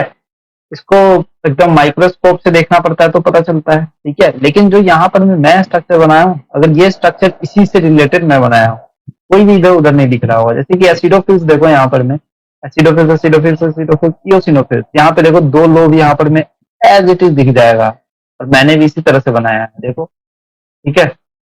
और देखो बेसोफिल्स, बेसोफिल्स मल्टीलोबुलर होता है, तो ये तो पता ही चल जाएगा, बेसोफिल्स मल्टीलोबुलर हो गया। यहाँ पर मैं देखो कितना सारा लोब मल्टीलोबुलर हो गया, ठीक है। बेसोफिल्स मल्टीलोबुलर हो गया, सॉरी ट्राइलोबुलर हो गया, एक मिनट।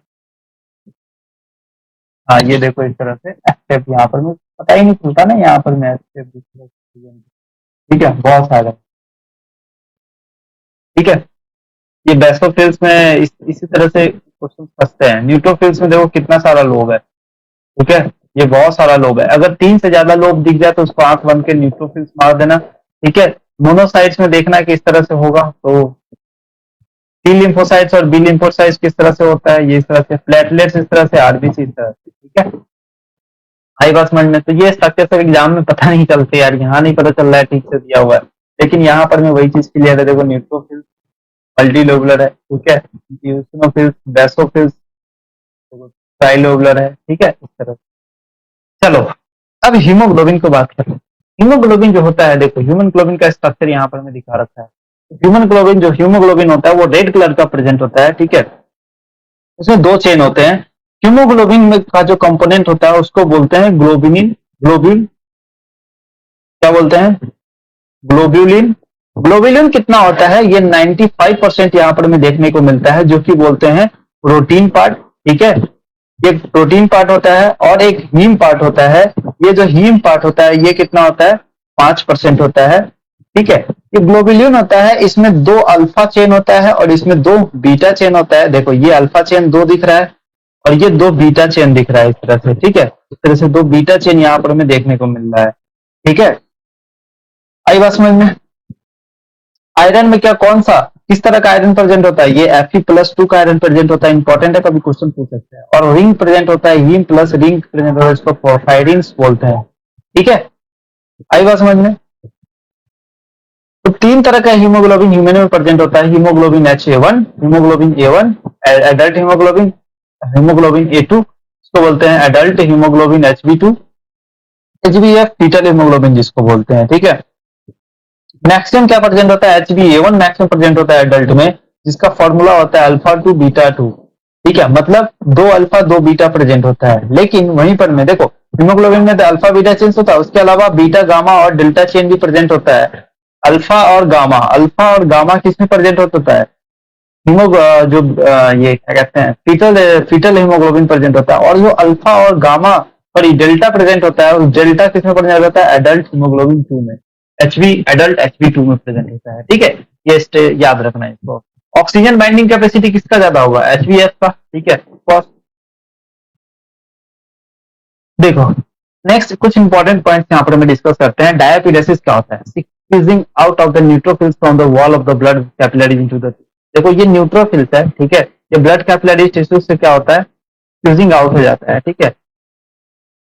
ये कैपिलरीज का टिश्यू इस तरह से स्क्वीजिंग आउट हो जाता है, पैथोजन, ठीक है। इस तरह को क्या बोलते हैं, ये जो प्रोसेस को क्या बोलते हैं, डायपिडेसिस,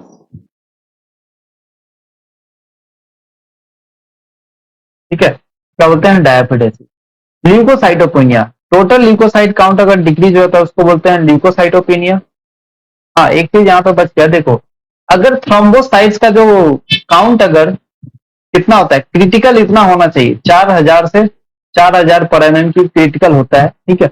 अगर इससे कम हो जाता है तो रेड स्पॉट्स, इस तरह का डिजीज देखने को मिलता है, रेड स्पॉट्स, ठीक है। इस तरह से रेड स्पॉट्स यहाँ पर में देखने को मिलता है, ठीक है। इसको डिजीज रैशेज हो जाते हैं रेड कलर का, जिसको बोलते हैं परप्यूरा डिजीज। क्या बोलते हैं यहाँ पर में? परप्यूरा डिजीज, ठीक है। तो यही चीज लिखा हुआ है। ल्यूकोसाइटोपिनिया अगर एबनॉर्मल टीएलसी अगर ज्यादा बढ़ गया मोर देन, तो ब्लड कैंसर यहाँ पर में देखने को मिलता है, ठीक है। चलो नेक्स्ट है ब्लड क्लॉटिंग। ब्लड क्लॉटिंग का जो प्रोसेस है वो हम लोग देखते हैं यहाँ पर, ठीक है। देखो ब्लड क्लॉटिंग में क्या होता है कि blood flows from the cut और wound, but after some time it stops automatically. इसको क्या बोलते हैं? क्लॉटिंग ऑफ ब्लड, ठीक है। जो ब्लीडिंग, नॉर्मल ब्लीडिंग टाइम होता है 1 से 3 मिनट तक होता है, और क्लॉटिंग टाइम कितना होता है? 2 से 8 मिनट, ठीक है। ये एक बायोकेमिकल प्रोसेस है, किस तरह से वो आगे हम लोग पूरा डिस्कस करने वाले हैं, ठीक है। सबसे पहले देखो, जो अगर यहाँ पर में कट लग गया, ठीक है, तो यहाँ पर में ब्लड सेल्स क्या होता है? बाहर जाने लगता है। लेकिन वहीं पर में प्लेटलेट्स आके इस तरह का फाइबर लाइक स्ट्रक्चर यहाँ पर का फॉर्मेशन कर देता है, और जब ये फाइबर लाइक स्ट्रक्चर का फॉर्मेशन करता है, तो जब फाइबर लाइक फॉर्मेशन का जो स्ट्रक्चर का फॉर्मेशन बोलते हैं, इसको बोलते हैं फाइब्रिन, ठीक है। और ब्लड कोआगुलेट हो जाता है, ठीक है। अब ये तो देख लिए विजुअल, तो कुछ छोटा नहीं है। चलो देखो, अब हम लोग देखते हैं कि ब्लड क्लॉटिंग कैसे होता है। तो ब्लड क्लॉटिंग क्या है? एक इंजरी का रिस्पॉन्स होता है, ताकि excess loss of the blood को बचाया जा सके, ठीक है। वही चीज है यहाँ पर बायोकेमिकल प्रोसेस है। अब इसका जो मैकेनिज्म होता है, इसका मैकेनिज्म को बोलते हैं एंजाइम कैस्केड थ्योरी, ठीक है। एंजाइम कैस्केड थ्योरी, जो क्लॉटिंग फैक्टर कितना परसेंट होता है? 13 क्लॉटिंग फैक्टर प्रोड्यूस होता है, और जो मेनली प्रोड्यूस होता है वो लीवर में प्रोड्यूस होता है। उसके सिंथेसिस के लिए विटामिन के रिक्वायर्ड होता है। कैल्शियम इंपॉर्टेंट रोल करता है ब्लड क्लॉटिंग में, ठीक है। देखो, क्लॉट व कोआगुलम का लास्ट में फॉर्मेशन होता है, जो मोस्टली नेटवर्क ऑफ क्या थ्रेड्स का फॉर्मेशन होता है, नेटवर्क ऑफ थ्रेड, जिसको बोलते हैं फाइब्रिन। फाइब्रिन का फॉर्मेशन इस तरह से हो जाता है। ये जो स्ट्रक्चर दिख रहा है ना, ये थ्रेड की तरह स्ट्रक्चर इस तरह से बन जाता है, ठीक है। इस तरह से थ्रेड लाइक स्ट्रक्चर बन जाता है, जिसको बोलते हैं फाइब्रिन। सारे आरबीसी को एक तरफ बाइंड कर देता है, ठीक है। तो ये dead damage formed elements are trap, जिसके कारण डेड या डैमेज फॉर्म्ड एलिमेंट्स यहाँ पर में ट्रैप्ड हो जाते हैं, ठीक है। अब इसका प्रोसेस समझते हैं किस तरह से। देखो, सबसे पहला बात है कि प्लेटलेट सीन में है, और जहां पर ट्रॉमेटिक है, जहां पर इंजरी हुई है, वहां पर में सीन में यहाँ पर में देखने को मिलता है। तो इंजरी वाला जहां पे होता है, जो इंजरी होता है वो रिलीज करता है एक्सोथ्रोम्बोप्लास्टिन, और जहां से प्लेटलेट्स होता है वो प्लेटलेट्स रिलीज करता है एंडोथ्रोम्बोप्लास्टिन, ठीक है। एंडोथ्रोम्बोप्लास्टिन रिलीज करता है, और प्लाज्मा प्रोटीन के प्रेजेंस में, प्लाज्मा प्रोटीन और कैल्शियम आयन के प्रेजेंट में, ठीक है। कैल्शियम बहुत इंपॉर्टेंट रोल करता है ब्लड क्लॉटिंग में, ठीक है। तो कैल्शियम आयन के प्रेजेंस में ये एक्टिव कर देता है, ये एक्टिव कर देता है थ्रोम्बोकाइनेज, ठीक है। ये क्या बनाता है? थ्रोम्बोकाइनेज का फॉर्मेशन करता है, ठीक है, एक्ट करता है, और प्रोथ्रोम्बिन को थ्रोम्बिन में कन्वर्ट कर देता है, ठीक है। प्रोथ्रोम्बिन को थ्रोम्बिन में कन्वर्ट कर देता है। ये प्रोथ्रोम्बिन कहां से आता है? ये लीवर से यहाँ पर में प्रोथ्रोम्बिन यहाँ पर में भेजा जाता है, जो कि इनएक्टिव होता है, प्रो ऑलरेडी इनएक्टिव होता है, ठीक है। कैल्शियम आयन के प्रेजेंस में थ्रोम्बोकाइनेज या प्रोथ्रोम्बिनेज ये एंटी हेपेरिन होता है। क्योंकि क्या होता है? ये एंटी हेपेरिन होता है, मतलब ये डीएक्टिवेट क्या करता है? हेपेरिन को डीएक्टिवेट करता है। हेपेरिन को डीएक्टिवेट, हेपेरिन क्या होता है? जो एंटी कोआगुलेंट होता है, ठीक है। तो एंटी हेपेरिन इसको बोलते हैं। एंटी कोआगुलेंट के अगेंस्ट जो कोआगुलेशन कराता है उसको रोका रहता है, उसको बोलते हैं एंटी कोआगुलेंट। अब उस एंटी कोआगुलेंट लाइक हेपेरिन को क्या करता है? डीएक्टिवेट करता है। कौन? थ्रोम्बोकाइनेज। कौन डीएक्टिवेट करता है? थ्रोम्बोकाइनेज। आई बात समझ में? क्या क्यों इसे बोल रहे हैं हम लोग एंटी हेपेरिन? क्योंकि एंटी हेपेरिन है, और ये डीएक्टिवेट करता है हेपेरिन को। और हेपेरिन क्या होता है? हेपेरिन एक तरह का एंटी कोआगुलेंट है, ठीक है। मतलब यार देखो, ब्लड में तो एंटी कोआगुलेंट प्रेजेंट होना चाहिए ना, क्योंकि ब्लड को खुद को कोआगुलेट होने से बचाना है ना।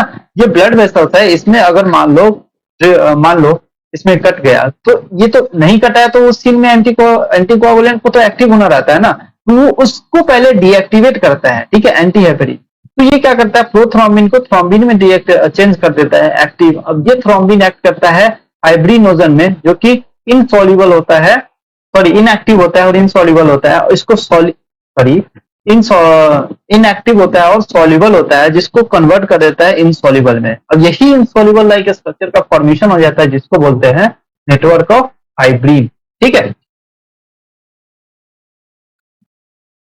देखो एक चीज और है कि सिमिलर एंटीजन और एंटीबॉडी रिएक्शन। हाँ देखो, ये तो ब्लड को वो है, तो ये इसको आगे बताते हैं। सबसे पहले ये देखो कि फाइब्रिन जो है, it is a network of fibres damage from damage formed elements of the blood trapped in it is known as coagulate और कोआगुलम। रेडिश ब्राउन कलर का जो सीरम बनाता है, ये जो देख रहे हो, ये इस तरह से तो बोलते हैं कोआगुलेट या कोआगुलम। ठीक है, चलो अब हम लोग डिस्कस करते हैं ब्लड ग्रुपिंग के बारे में। देखो मैंने ब्लड ग्रुपिंग का लेक्चर ऑलरेडी अपलोड कर दिया है, अगर किसी ने नहीं देखा है जाके तो ब्लड ग्रुपिंग का लेक्चर जाके देख ले। ठीक है, उसमें मैं सारा चीज डिस्कस किया हूँ, अब इसको फिर से बताऊंगा, वही चीज बताऊंगा। ठीक है, तो मैं वो चीज डिस्क्रिप्शन में ऐड कर दूंगा, वो हमारा वीडियो। ठीक है, वो चीज जाके देख लेना, यहाँ पर भी किस तरह से कोआगुलेशन होता है, किस तरह से होता है। ठीक है, किसको किसको डोनेट कर सकता है, किस तरह से एंटीबॉडी से प्रेजेंट होता है, वो सारा चीज मैं वहां पर डिस्कस किया हूँ, और ये समरी में यहाँ पर मैं लिख दिया हूँ। ठीक है, कुछ भी स्किप नहीं कर रहा हूँ, लेकिन लिख दिया हूँ, तुम इससे नोट कर लेना इस तरह से। ठीक है, चलो देखें, दो तरह का ब्लड ग्रुपिंग होता है। दो तरह का ब्लड ग्रुपिंग होता है, उसमें बात करते हैं। सबसे पहले बात करते हैं कि ब्लड ग्रुपिंग का फादर ऑफ ब्लड ग्रुपिंग किसको बोलते हैं, के लैंडस्टीनर बोलते हैं, जो कि एबीओ ब्लड ग्रुपिंग को डिस्कवर किया था। ठीक है, दो तरह का होता है, कितने तरह का, दो तरह का होता है। नेक्स्ट है आरएस फैक्टर वाला। ठीक है, ये भी लैंडस्टीनर और विनर ने डिस्कवर किया था रिसस मंकी में।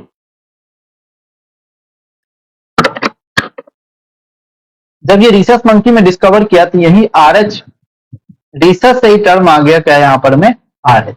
ठीक है, रिसस से ही टर्म आ गया यहाँ पर में आरएच। मतलब आरबीसी के सरफेस पे नियरली 80% ह्यूमन में क्या प्रेजेंट होता है, ये आरबीसी के स्ट्रक्चर पे यहाँ पर में आरएच एंटीजन प्रेजेंट होता है। ठीक है, आरएच एंटीजन 80% इंडिविजुअल में प्रेजेंट होता है। ठीक है, अब देखो यहाँ पर में बोल रहे हैं कि आरएच पॉजिटिव है। ठीक है, आरएच पॉजिटिव मतलब उस पे आरएच एंटीजन प्रेजेंट है। ठीक है, आरएच एंटीबॉडी प्लाज्मा में क्या प्रेजेंट होगा, आरएच एंटीबॉडी इसमें एब्सेंट होगा। मतलब एंटीजन प्रेजेंट है लेकिन एंटीबॉडी क्या होगा, एब्सेंट होगा। ठीक है, आरएच नेगेटिव, आरएच एंटीजन इसमें एब्सेंट होगा, मतलब आरएच एंटीबॉडी प्लाज्मा में क्या होगा, प्रेजेंट। ठीक है, देखो आरएच नेगेटिव पर्सन अगर आरएच पॉजिटिव पर्सन के कांटेक्ट में आएगा तो उसमें क्या हो जाता है, एक स्पेसिफिक टाइप का एंटीबॉडी का फॉर्मेशन हो जाता है अगेंस्ट द आरएच एंटीजन।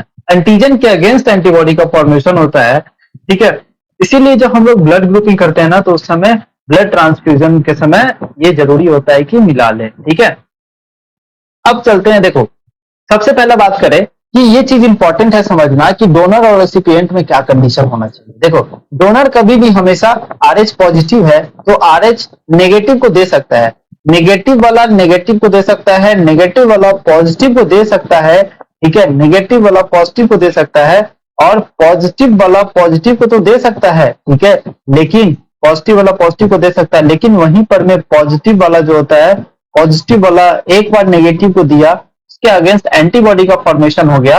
अब जब दोबारा देगा, जब ये दोबारा देगा नेगेटिव वाले को, तो इसके केस में ये पर्सन डाई कर सकता है। ठीक है, उस केस में क्या होता है, person die, first successful transformation हो जाता है। तो ये चीज यहाँ पर में इंपॉर्टेंट है, ट्रांसफॉर्मेशन समझना, तभी हम लोग आरएच इनकॉम्पेटिबिलिटी को समझ सकते हैं। ठीक है, देखो अब एक स्पेशल केस है आरएच इनकॉम्पेटिबिलिटी, ये मैं शॉर्ट फॉर्म में सारा चीज लिख दिया हूं जो पूरा आरएच इनकॉम्पेटिबिलिटी को दिखा रहा है। ठीक है, लेकिन हम लोग डिस्कस करते हैं कुछ डायग्राम्स। ठीक है, देखो आरएच इनकॉम्पेटिबिलिटी का जो ये डायग्राम है, ये देखो किस तरह से है। देखो सबसे पहले ये हो गया फीमेल और ये हो गया मेल। ठीक है, ये मेल आरएच पॉजिटिव है। ठीक है, ये मेल है आरएच पॉजिटिव और ये है आरएच नेगेटिव।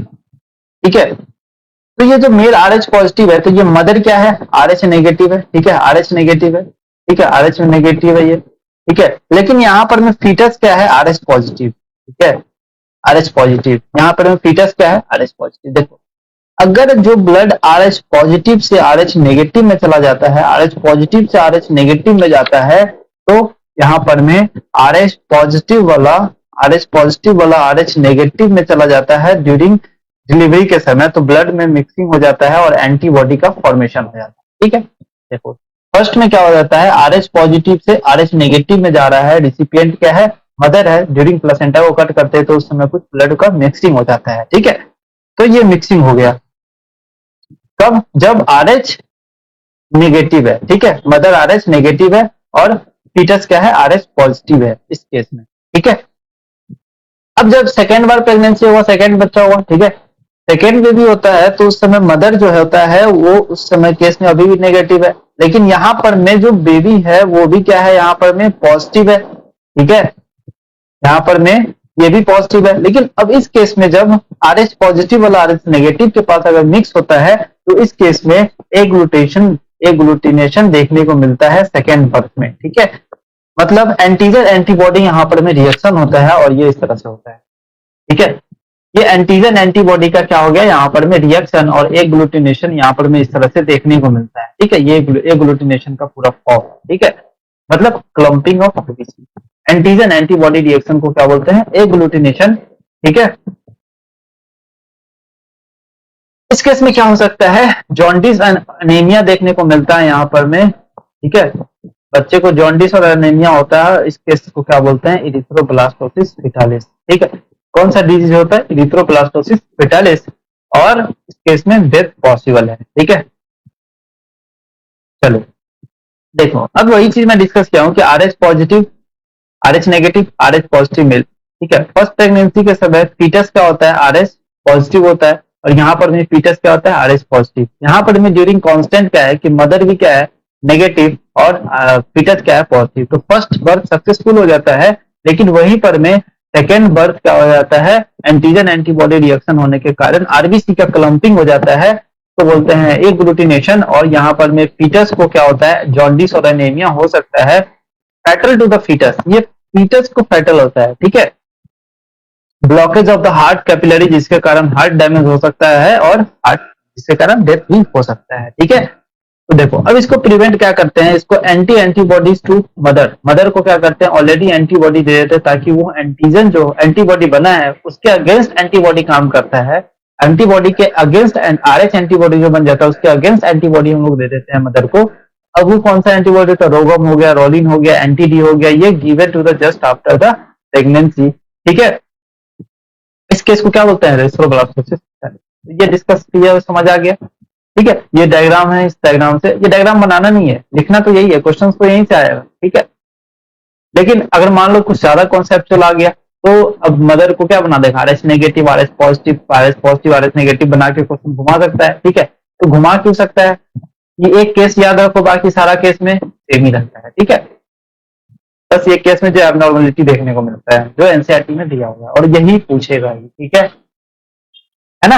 अब हम लोग नेक्स्ट जो हमारा लास्ट टॉपिक है उसको क्या बोलते हैं, टाइप्स ऑफ सर्कुलेटरी पाथवे, या किस तरह का पैटर्न देखने को मिलता है, ठीक है। सबसे पहला जो पैटर्न है उसको बोलते हैं ओपन सर्कुलेशन, क्या बोलते हैं उसको, ओपन सर्कुलेशन बोलते हैं, और दूसरा बोलते हैं क्लोज सर्कुलेशन।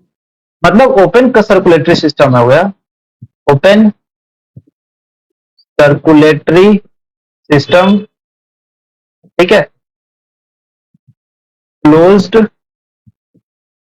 सर्कुलेटरी सिस्टम, ठीक है, दो तरह का हो गया, ठीक है।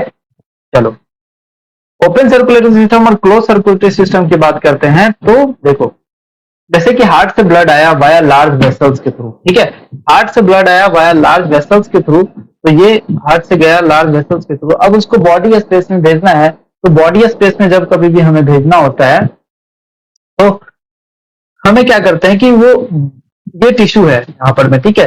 अब ये टिश्यू को ब्लड देना है तो क्या करता है, ये पूरे टिश्यू को ब्लड देता है वाया, बीच में जो साइनस होता है उसमें ब्लड छोड़ देता है और यहाँ से सारे टिश्यू में चला जाता है। तो ये ओपन स्पेसेस और बॉडी कैविटी के थ्रू ये जाता है इस तरह से। देखो यहाँ पर में इसका हार्ट हो गया, ठीक है, ये डॉर्सल हार्ट हो गया ये सबका। अब ये हार्ट क्या करता है, ये ऐसे ब्लड छोड़ देता है ओपन स्पेसेस में, और ये जितना भी टिश्यू है वो पास कर लेता है, मतलब जितना भी टिश्यू है सारे टिश्यू में क्या कर लेता है, ब्लड चला जाता है। लेकिन वहीं पर में कैपिलरी सिस्टम प्रेजेंट होता है, ठीक है, ये स्मॉल वेसल्स में डिवाइड हो जाता है, जो कॉमन जो अलग अलग टिश्यू को यहाँ पर में डिनोट करता है, देता है ब्लड को, ठीक है।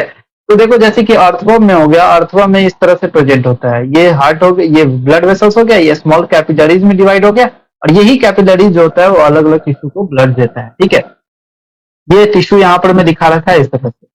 तो इसको देखो इस तरह से, इसको लिख लो कि देखो जो ओपन सर्कुलेटरी सिस्टम है, ओपन सर्कुलेटरी सिस्टम है, इसमें सर्कुलेटिंग फ्लूइड कहाँ फ्लो करता है, थ्रू आउट द साइनस, और इसमें किसमें, क्लोज्ड में किसमें करता है, ब्लड वेसल्स में करता है। ठीक है, अब इसमें सेल्स जो होते हैं वो डायरेक्ट कांटेक्ट होते हैं सर्कुलेटिंग फ्लूइड के। यहाँ पर में सेल्स जो है, यहाँ पर में सेल्स देखो कंटेक्टिंग फ्लूइड के डायरेक्ट कांटेक्ट में है, लेकिन यहाँ पर में देखो ब्लड वेसल्स के कांटेक्ट में है। ये ब्लड वेसल्स उस टिश्यू में जाके फ्लो करता है। यहाँ पे भी सेल्स जो है वो ब्लड वेसल्स के कांटेक्ट में देखने को मिलता है। ठीक है, मतलब no direct contact with blood, direct contact नहीं होता ब्लड का। ठीक है, सर्कुलेटिंग फ्लूइड का प्रेशर इसमें कम होता है, लेकिन इसमें क्या होता है, प्रेशर भी ज्यादा होता है। ठीक है, क्या कहां कहां प्रेजेंट होता है, आर्थ्रोपोडा, मोलस्का, एक्सेप्ट सिफेलोपोडा। ठीक है, क्या याद रखना है, एनक्लोज्ड। एनक्लोज्ड मतलब इसको लिखो इस तरह से, लेकिन प्रोनाउंस करो इनक्लोज की तरह। प्रोनाउंस किस तरह से करो, इनक्लोज की तरह। तो एनक्लोज से क्या होगा, एनेलिडा, PLO मतलब सिफेलोपोड है, सिफेलोपोड्स और वर्टिब्रेट्स तो होता ही है, बाकी सारा किसमें हो जाएगा, आर्थ्रोपोडा और मोलस्का। AM ओपन किसमें होता है, M। ठीक है, जो तुम ओपन हो, ओपन माइंडेड। ठीक है, चलो, क्लोज सर्कुलेशन में न्यूट्रिएंट्स का क्या होता है, एक्सचेंज होता है, और गैस के बीच में एक्सचेंज हो जाता है। ठीक है, एक्स्ट्रा सोलर। ठीक है, कितने वर्टिब्रेट्स होते हैं, कुछ फ्यू वर्टिब्रेट्स होते हैं जो कि क्लोज सर्कुलेटरी सिस्टम में प्रेजेंट होता है, फ्यू इनवर्टिब्रेट्स। ठीक है, ये एनसीईआरटी का लाइन था। हाँ, तो अब हम लोग डिस्कस करते हैं, एक चीज है, देखो ये जो डायग्राम है ना, ये डायग्राम में सारा चीज दिखा रखा है। ठीक है, इस डायग्राम को बनाना है तुम्हें, और ये डायग्राम नहीं बनाना है, ये डायग्राम का बस ये लिखना है। ठीक है, ये तुम्हें लिखना है, और ये टेबल इंपॉर्टेंट है, इसको बनाना है। ठीक है, देखो इसको मैं थोड़ा सा बाद में डिस्कस करने वाला हूं, पहले इसको देख लो। ठीक है,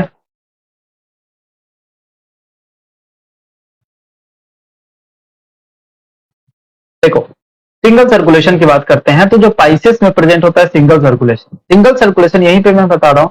ठीक है, सिंगल सर्कुलेशन में क्या होता है, एक आर्टरिया और एक वेंट्रिकल्स प्रेजेंट। ठीक है, तो जो हार्ट से जो निकलता है, हार्ट से क्या निकलता है, डीऑक्सीजनेटेड ब्लड।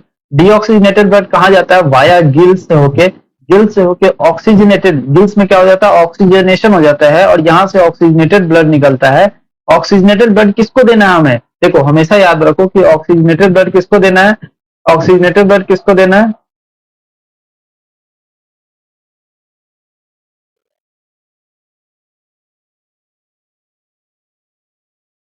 देखो हमेशा याद रखो कि ऑक्सीजनेटेड ब्लड किसको हमें देना होता है, ऑक्सीजनेटेड ब्लड हमेशा हमें टिश्यू को देना होता है। ठीक है, टिश्यू को ऑक्सीजन चाहिए, ऑक्सीजन ही तो लेके आ रहा है। ठीक है, तो ये बॉडी पार्ट्स को क्या करता है, ऑक्सीजन दे देता है यहाँ पर में, और डीऑक्सीजनेटेड ब्लड उससे निकलता है। ठीक है, जिसमें ऑक्सीजन, कार्बन डाइऑक्साइड ये हार्ट से जाता है, हार्ट डीऑक्सीजनेटेड ब्लड में जाता है, और गिल्स में क्या करता है, ऑक्सीजनेशन। इस तरह से चलता है इसका साइकिल, और यही साइकिल एनसीईआरटी में थोड़ा सा पैराग्राफ में दिया हुआ है, तो इससे बढ़िया है कि ये साइकिल याद कर लो। ठीक है, क्वेश्चन तो इसीलिए सॉल्व होने वाला है। नेक्स्ट है इनकम्प्लीट डबल सर्कुलेशन। अब देखो सिंगल सर्कुलेशन आ गया, incomplete double circulation. Incomplete double circulation का एग्जांपल याद रखो, एम्फीबिया और रेप्टाइल। ठीक है, एम्फीबिया और रेप्टाइल्स यहाँ पर में हो जाएगा, क्रोकोडाइल यहाँ पर में एक्सेप्शन होता है, ये 4 चैम्बर हार्ट होता है, इसीलिए इसमें डबल सर्कुलेशन प्रेजेंट होता है। ठीक है, तो ये किस तरह से होता है, अब यहाँ पर में क्या हो गया कि पहले एक वेंट्रिकल था, अब यहाँ पर में एक वेंट्रिकल था। ठीक है, इनकम्प्लीट डबल सर्कुलेशन में 2 एट्रिया होगा, एक वेंट्रिकल होगा। ठीक है, 2 एट्रिया और एक वेंट्रिकल यहाँ पर हमें देखने को मिलता है। तो बॉडी पार्ट से जितना भी जो डीऑक्सीजनेटेड ब्लड आता है, बॉडी पार्ट से जितना भी डीऑक्सीजनेटेड ब्लड आता है, ठीक है, वो एट्रिया में, राइट एट्रिया में आता है। यहाँ पर राइट एट्रिया में, जो हमारे बॉडी में भी आता है डीऑक्सीजनेटेड ब्लड, कहाँ आता है, राइट एट्रिया में। उसी तरह से लेफ्ट एट्रियम में कहाँ आता है, ऑक्सीजनेटेड ब्लड आता है वाया गिल्स, लंग्स या फिर स्किन। हमारे में भी लेफ्ट एट्रियम से, लेफ्ट एट्रियम में ही आता है ना ऑक्सीजनेटेड ब्लड, तो सेम उसी तरह से आता है, लेकिन यहाँ पर में ब्लड मिक्स हो जाता है वेंट्रिकल में जाके, और ये वेंट्रिकल मिक्स ब्लड को ही ट्रांसफॉर्म करता है। ठीक है, बॉडी पार्ट्स को। फिर बॉडी पार्ट से कहाँ जाता है, ये बॉडी पार्ट्स में जाता है, और ये बॉडी पार्ट से कहाँ से जाता है, राइट। ठीक है, ये इस तरह से प्रोसेस चलता है। ठीक है, यहाँ पे डबल सर्कुलेशन की बात करें तो फोर्थ चैम्बर हार्ट में डबल सर्कुलेशन देखने को मिलता है। ये जो डायग्राम है ना बहुत इंपॉर्टेंट डायग्राम है, इसको याद रखना, सारा सर्कुलेशन का क्वेश्चन डायग्राम से बनता है। ठीक है, देखो मैं यहाँ पर मैं डिस्कस करता हूँ। जो लंग्स है ना, ये पहला जो सर्किट है इसको बोलते हैं पल्मोनरी सर्किट, ठीक है, और दूसरा दो तरह का सर्किट बनता है, इसको बोलते हैं सिस्टेमिक सर्किट। ठीक है, तो सबसे पहले जो ब्लड होता है वो लंग्स में क्या होता है, ऑक्सीजनेटेड, ऑक्सीजनेटेड ब्लड लंग्स से आता है, वो कहाँ जाता है, लेफ्ट एट्रियम में, लेफ्ट एट्रियम से ब्लड जाता है राइट वेंट्रिकल्स में, और राइट एट्रियम से जो ब्लड जाता है किसमें, ऑक्सीजनेटेड ब्लड किसमें आता है, ऑर्गन्स में, ऑर्गन से डीऑक्सीजनेटेड ब्लड निकल के राइट एट्रियम में जाता है, और राइट एट्रियम से ब्लड होके कहा जाता है राइट वेंट्रिकल्स में, और राइट वेंट्रिकल्स में ब्लड होके जाता है लंग। ठीक है, तो कैसे याद रखेंगे, हमेशा ब्लड कहाँ जा रहा है, ऊपर वाले में, तो नीचे से कहा जा रहा है ऊपर वाला, ऊपर वाला नीचे से क्या जाएगा, ऊपर में जाएगा, फिर नीचे होके फिर यहाँ से लंग्स में जाएगा। तो यहाँ से जो ब्लड आ रहा है, जो राइट एट्रियम से जो राइट वेंट्रिकल में ब्लड आ रहा है, ये ब्लड क्या हो जाता है, डीऑक्सीजनेटेड ब्लड होता है। ये डीऑक्सीजनेटेड ब्लड को लंग्स में ट्रांसफर करना होगा। ठीक है, और जो राइट एट्रियम से राइट एट्रियम, लेफ्ट एट्रियम से लेफ्ट वेंट्रिकल में जो ब्लड आ रहा है, ये ऑक्सीजन, ये कहाँ जाना होगा, ऑक्सीजन ऑर्गन्स में। क्यों, क्योंकि ऑर्गन्स में ऑक्सीजन चाहिए। ठीक है, बॉडी मेटाबॉलिज्म को करने के लिए।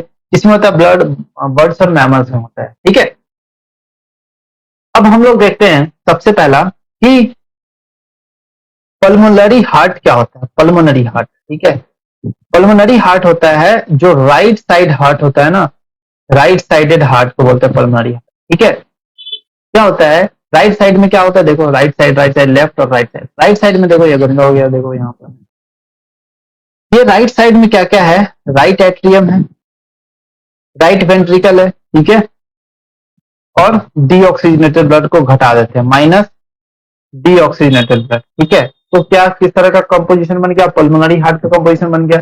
राइट साइडेड हार्ट हो गया, सिस्टेमिक हार्ट हो गया, left sided heart, systemic heart.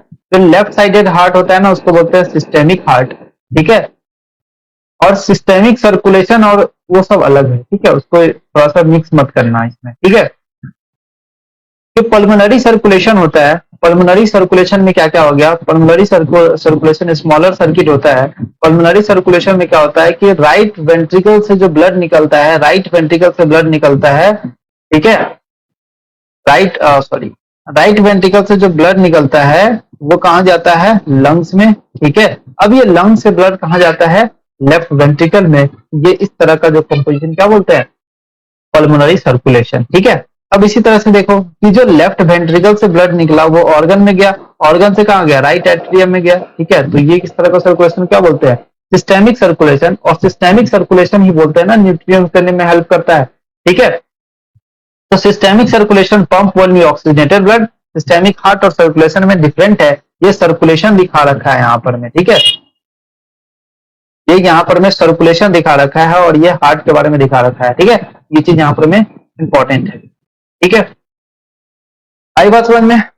तो ये था पूरा सर्कुलेशन के बारे में। आई होप आपको ये वीडियो बहुत थोड़ा सा लंबा है और समझ आ गया होगा। ठीक है, जैसे जैसे स्लाइड को आगे मैं बढ़ाऊं वैसे वैसे नोट्स बनाते रहना। ठीक है, और बाकी ये चैप्टर को अच्छी तरह से कंप्लीट करेंगे। ठीक है, सारा कॉन्सेप्ट आई थिंक डिस्कस हो गया। हाँ, ये जो पॉइंट है ये सारा पॉइंट आप लोगों को समझ आ गया होगा। कितना एट्रियम होता है, दो, वेंट्रिकल से एक, वेंट्रिकल से एक, दो दो। ठीक है, डबल सर्कुलेशन, ये समझ आ गया है। ठीक है, चलो, और ये ब्लड ग्रुपिंग का, एबीओ ब्लड ग्रुपिंग का आप लोग को मैं डिस्क्रिप्शन में डाल दूंगा वीडियो, आप लोग देख लेना। ठीक है, चलो, तो अभी के लिए इसको समाप्त करते हैं। थैंक यू सो मच और वीडियो देखने के लिए और इतना सारा प्यार देने के लिए। ठीक है, मिलते हैं हम लोग नेक्स्ट वीडियो में, तब तक के लिए हैव अ नाइस डे, पढ़ते रहिए।